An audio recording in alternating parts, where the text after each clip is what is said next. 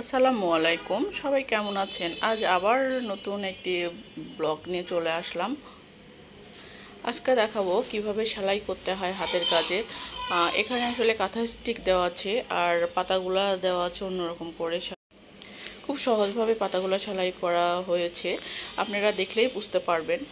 আর আপনাদের যদি ভালো লাগে হাতের কাজের ড্রেস বা কাস্টমার যে কোনো সাইজের বেবি ড্রেস বা বড়দের 1 পিস 2 পিস যে কোনো কাস্টমাইজ ড্রেস যদি আপনারা নিতে চান, অবশ্যই আমার ফেসবুক পেজ গ্রিন মার্টে নক দিবেন।